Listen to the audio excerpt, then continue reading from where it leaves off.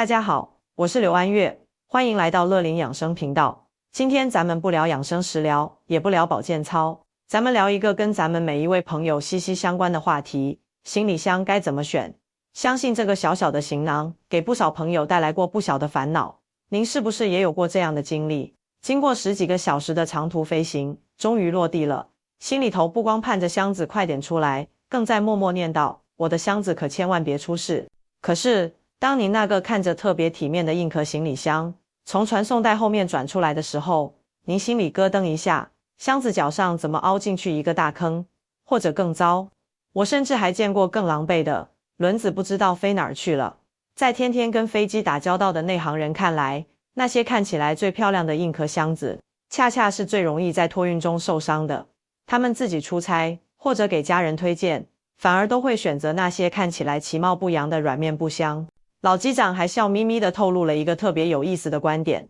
他说用这种软面箱子连过海关安检的时候，工作人员都不太爱搭理，能省去不少麻烦。这话一听，我的好奇心可就全被勾起来了，这到底是为啥呢？所以今天我就把这些行业内幕和宝贵经验讲给大家听。在开始之前，如果您觉得咱们乐龄养生频道分享的这些生活智慧对您有帮助，请您一定动动手指给我点个赞。您的支持是我坚持下去的最大动力。如果您是第一次来到我们频道，也诚挚的欢迎您订阅一下，这样下次我们在聊这类旅行避坑、生活妙招的时候，您就不会错过了。咱们首先就来聊聊，为什么现在市面上硬壳箱那么流行，广告做得天花乱坠，但真正懂行的机长却建议咱们尽量要避开呢？这里头的道理啊，说穿了其实很简单，硬壳箱最大的卖点就是一个硬字。商家宣传的也都是什么高硬度 PC 材质、抗压 ABS、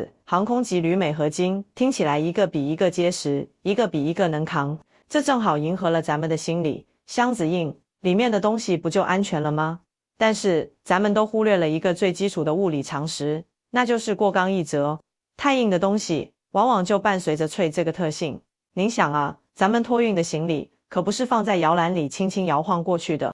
它从咱们在值机柜台递进去之后，就开始了一段冒险之旅。它要先经过长长的自动分拣系统，像坐过山车一样在各种传送带和滑槽里穿梭，然后被装进行李车，最后是由搬运工人手工一件件的搬进飞机的货舱里。现在的机场设备是先进了，但最后那一步装卸，目前还离不开人力。您再想想，一架像波音这样的大飞机，好几百件行李，要在短时间内快速装完卸完，时间非常紧张。搬运的工人们为了效率，不可能像咱们自己对待宝贝一样轻拿轻放，很多时候行李是需要被抛到一个固定区域，或者从行李车上滑到传送带上的。这个过程里，如果您的箱子是硬邦邦的外壳，当它从半空落下，重重地砸在另一个硬箱子上，或者砰一声撞到金属的货舱内壁时，那是什么结果？那就是硬碰硬啊！那股巨大的冲击力没有任何缓冲，全部由箱体本身硬扛下来，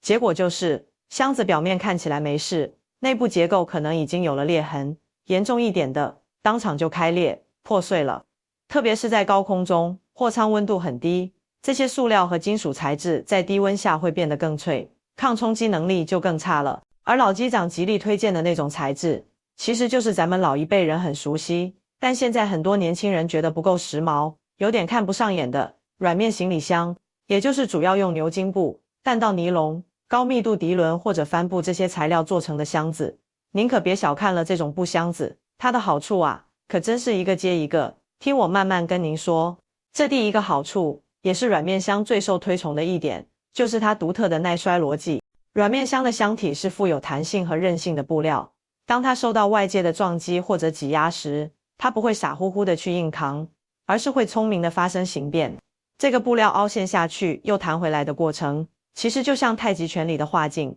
正是在默默的吸收和分散掉那股破坏性的冲击力。这就好比是汽车的保险杠，早年间都是硬钢铁的，一撞车损大，人也伤得重，现在都改成有弹性的塑料和吸能泡沫了，目的就是为了在碰撞时缓冲吸能，保护乘客。软面箱也是这个高级原理，它用自身的柔化解了外界的刚，所以您很少会见到一个软面箱被摔得四分五裂的，顶多是表面脏了，蹭了点灰，回家用湿布擦一擦，跟新的一样。它保护了箱子的完整，更保护了里面咱们精心收拾的行李不会散落出来，避免了大庭广众之下的尴尬。这第二个好处啊，在装载能力上，软面箱简直就是个空间魔术师。这一点我相信很多帮子女带过东西，或者喜欢在旅行地买些特产回来的朋友，会特别有感触。硬壳箱的设计，绝大多数都是中间对开的，也就是箱子从中间打开，分成2个深度固定的坑，您装东西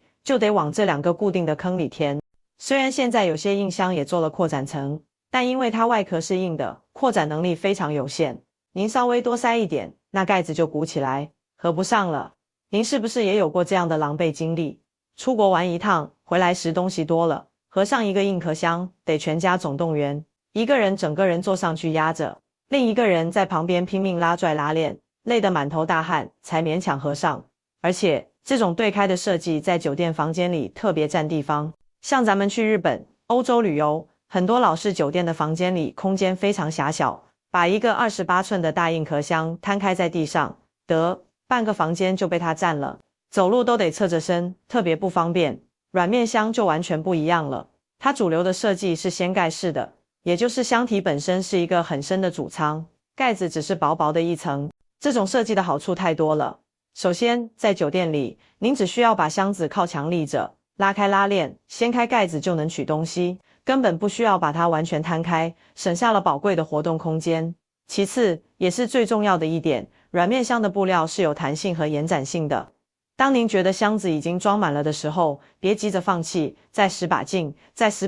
卷好的衣服，或者几个给孙辈买的软毛绒玩具，您会发现挤一挤，居然真的还能塞进去。这种弹性空间，对于咱们出门在外的人来说，实在是太实用了。有时候看到心仪的特产，想多买点，如果是硬壳箱，容量已经定死了，您可能就得忍痛割爱，或者手上再拎个袋子，特别麻烦。但软面箱很多都设计了外部扩展拉链，轻轻一拉，整个箱体的容量瞬间能增大好几升。对喜欢购物或者需要帮家人带东西的朋友来说，这简直是雪中送炭的神设计。这第3个好处，也就是咱们标题里提到的，为什么说海关安检不爱查这种箱子？这一点啊，是老机长聊天时特意点出的一个非常微妙的细节，结合了人性和工作习惯，特别有意思。大家知道，海关和安检人员检查行李，主要依靠 X 光机扫描，查看有没有违禁品、危险品，或者有没有超量携带需要申报的高价值物品、现金。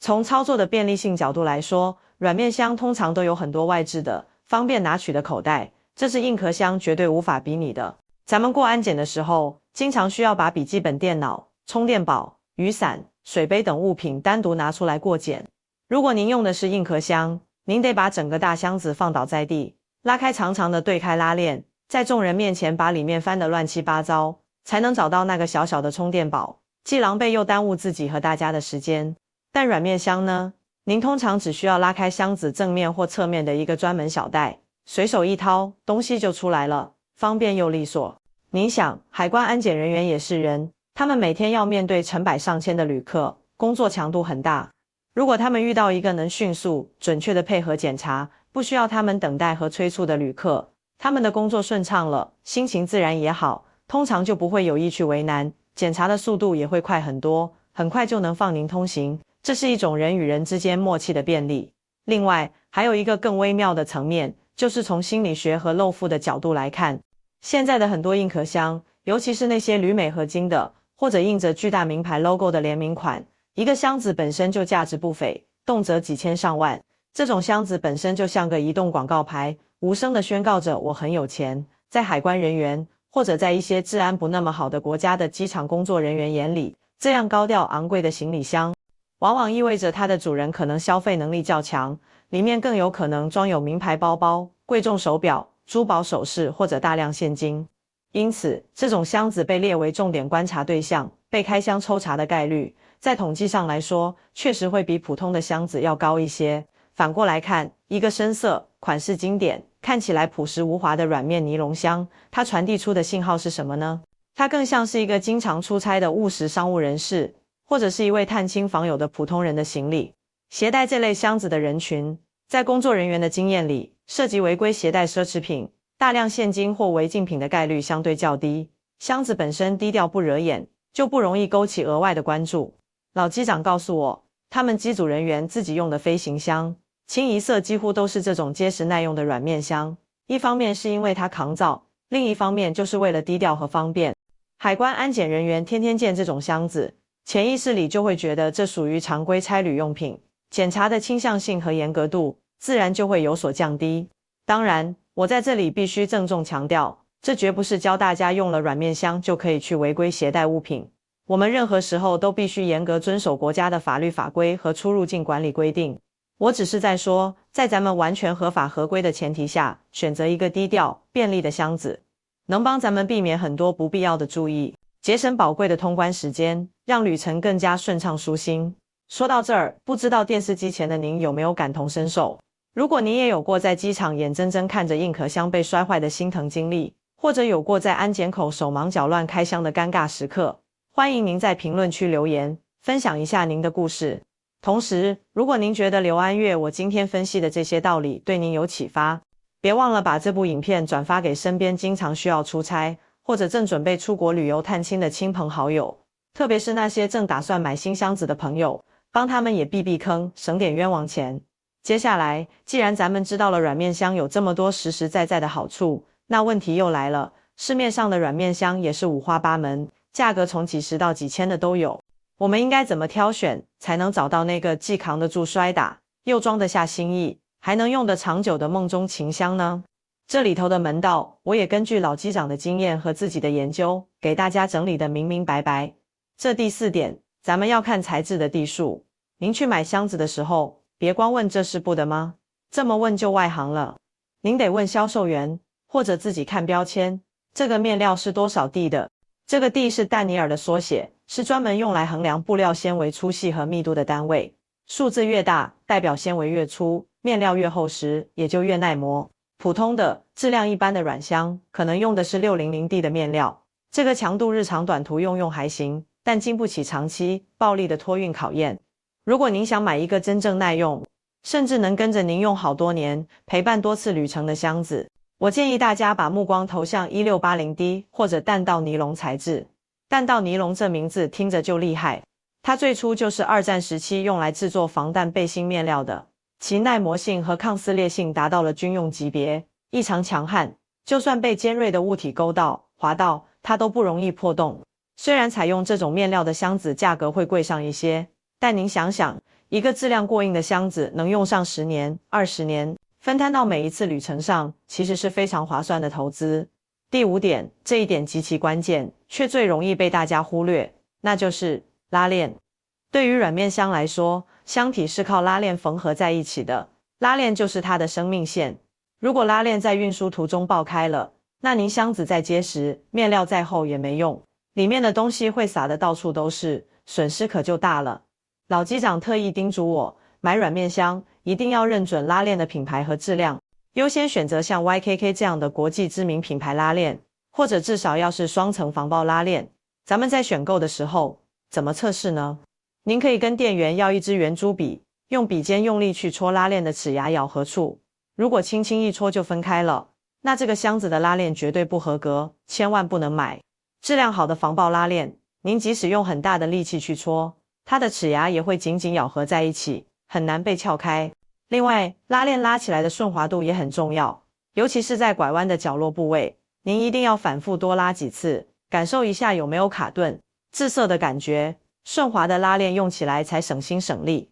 第6点，轮子。不管是硬箱还是软箱，轮子都是最容易磨损和损坏的部件。但对于软面箱来说，因为我们常常会利用它的弹性装更多东西，箱子整体会更重，所以对轮子的质量和承重能力要求其实更高。大家记住一个简单的口诀，要选双排8轮的，不要选单排轮的，要选包裹了静音橡胶的飞机轮，不要选硬塑料轮。双排轮的稳定性比单排轮好太多了，无论是在平整的机场地面，还是在不平的石板路、砖地上推行，都更加稳当、省力，不容易东倒西歪。而且一定要买那种轮子外层包裹了厚实橡胶的静音万向轮。您可以用指甲掐一下轮子的表面，如果能掐出一点点小印子，有弹性，说明是好的橡胶材质，减震和静音效果都好。如果插上去硬邦邦的，那就是劣质的硬塑料，推行起来噪音大，咕噜咕噜响，而且遇到撞击或者重压，很容易直接碎裂。还有一个小细节，就是箱子的拉杆和提手。咱们去商场试箱子的时候，可以把拉杆拉到最长，然后轻轻左右晃动一下。很多人觉得拉杆一点都不能晃才是好，其实不对，高质量的拉杆会预留非常细微的、合理的晃动间隙，这是为了应对不同温度下的热胀冷缩，防止拉杆卡死，是正常的设计。但是这个晃动必须是在一个很小、很紧致的范围内，如果感觉松松垮垮，晃量很大，那质量就不行。更关键的是箱体顶部和侧面的提手，一定要仔细看提手和箱体是怎么连接的，最好选择那种提手的织带是贯穿了箱体内部结构，或者连接处有金属铆钉进行加固的。因为咱们在上楼梯，或者需要把箱子提起来放进火车行李架、汽车后备箱的时候，全身的重量和箱子的重量几乎都靠这几个提手来承受。如果提手只是简单的缝在箱体表面那块布上，重物一坠，很容易就把缝合处撕裂，提手就掉了，那就太危险了。聊完怎么挑选，我还想顺便跟大家分享几个专门针对软面箱的打包小技巧。虽然软面箱耐摔，但因为箱体是软的，对里面易碎物品的直接保护性确实不如那种有硬壳固定形状的箱子。但是只要咱们掌握了正确的打包方法，这个问题完全可以完美解决。这就是我要说的第7点，软面箱的三明治打包法。如果咱们要带一些像酒水、玻璃瓶装的保健品，或者易碎的工艺品、瓷器，千万不能把它们随便放在箱子的边边角角。咱们可以充分利用软面箱的深度和衣服的柔软性来打造一个保护舱。首先，在箱子最底层铺上一层厚厚的、柔软的衣服，比如毛衣、羽绒服，这作为第一层缓冲垫。然后，把易碎品用毛巾、T 恤或者专门的气泡膜仔细包裹好，放在这层软垫的中央。放好之后，再在它的上面和四周盖上厚厚的衣服，把它牢牢地包裹，固定在中间。这样，您的易碎品就像三明治里的馅料一样，被上下左右柔软的衣服全方位包裹住了。无论箱子在运输中受到哪个方向的冲击或挤压，都有厚厚的衣物层作为缓冲，大大降低了损坏的风险。另外，针对软面箱深仓能装的特点，我强烈建议大家使用收纳袋或收纳包来进行分类整理。因为一个大深仓如果不做分区，所有东西混在一起，找起来真的像大海捞针，特别是赶时间的时候更着急。您可以用不同颜色或大小的收纳袋，把内衣、外套、电子产品、洗漱用品、药品等分门别类装好，这样不仅一目了然，取用方便，而且这些收纳袋本身也能在软塌塌的箱子里起到一定的支撑和定型作用，让箱子看起来更规整，也更能充分利用空间。当然，说了这么多软面箱的过人之处，那是不是硬壳箱就一无是处，完全不能买了呢？也不是那么绝对，硬壳箱有它特定的适用场景。比如，如果您的旅程大部分是自驾游，或者有专车接送，行李不需要经历机场那种集中的、高强度的暴力托运环节，又或者您需要携带一些特别怕压、怕弯折的精密仪器、昂贵的摄影器材，硬壳的固定形状能提供更好的支撑。再或者，您是要去参加一些非常正式的场合，像时装周、高端会议，需要一个外观特别时尚、有型的箱子来撑场面，那硬壳箱也是不错的选择。但是，对于我们绝大多数普通老百姓，对于我们这些经常需要坐飞机、转火车、赶大巴，行李不可避免的要被托运、被搬运的旅行者和海外华人来说，实用、耐造、省心才是我们挑选行李箱的黄金法则。我们需要的不是一个华而不实的装饰品，而是一个能踏踏实实、任劳任怨陪伴我们走遍千山万水的可靠伙伴。还有一点，很多朋友担心软面箱不防水，万一遇上下雨，或者行李被放在露天，里面的东西不就淋湿了吗？其实这一点大家不用担心，现在市面上好一点的软面箱，面料基本都经过了防泼水处理，表面有特殊的涂层，像小雨、短暂的淋洒，水珠会滚落，不会渗进去。如果您要去的地方雨季很长，或者您特别在意这一点，也有简单的解决办法。您可以上网花几十块钱买一个通用的、透明或带颜色的行李箱保护套，出行时把箱子套起来，既能防水防尘，还能防止箱体表面被刮花弄脏，一举多得，非常方便。最后啊，刘安月，我想跟各位家人聊聊心态。我们出门旅行，不管是去看世界的大好河山，还是跨越重洋去与亲人团聚，本质都是为了寻求快乐、团圆和放松。行李箱说到底只是为我们服务的工具，它的核心使命就是安安稳稳地把我们的随身物品送到目的地。如果因为一开始选错了工具，导致我们在美好的旅途中不仅要额外花钱去修理，甚至更换箱子，还要生一肚子闷气，破坏整个旅程的心情，那实在是太不值得，太不划算了。那位飞了30多年的老机长的建议，听起来可能不够时尚新潮，但却是他在成千上万次起降中，目睹了无数行李的遭遇后，总结出的最朴实、最宝贵的实战经验。咱们过日子，尤其是咱们这个年纪，讲究的不就是一个实在2字吗？东西不求最炫，但求最可靠、最贴心。所以，下次当您需要换行李箱，或者您的子女、朋友正准备买箱子的时候，请务必把那位老机长的话，也把我今天分享的这些经验放在心上，别只被那些光鲜亮丽的外表迷惑了眼睛，要多想想，它能不能经得起旅途中最严酷的摔打，能不能装得下您对家人沉甸甸的爱和心意，能不能让您在匆匆忙忙的机场里从容不迫，体体面面地通过每一道检查，这才是那个真正买对了的箱子该有的样子。如果今天这部影片里的信息对您有一点点启发，请您千万不要吝啬，给我点一个赞，您的认可对我至关重要。也热烈欢迎您在评论区分享您自己使用行李箱的独门心得，让我们大家一起在交流中避坑。如果您还没有订阅我们乐龄养生频道，记得点击订阅按钮，再点亮旁边的小铃铛，这样我们以后分享更多生活智慧、养生心得的时候，您就能收到通知。我是刘安月，感谢您的收看。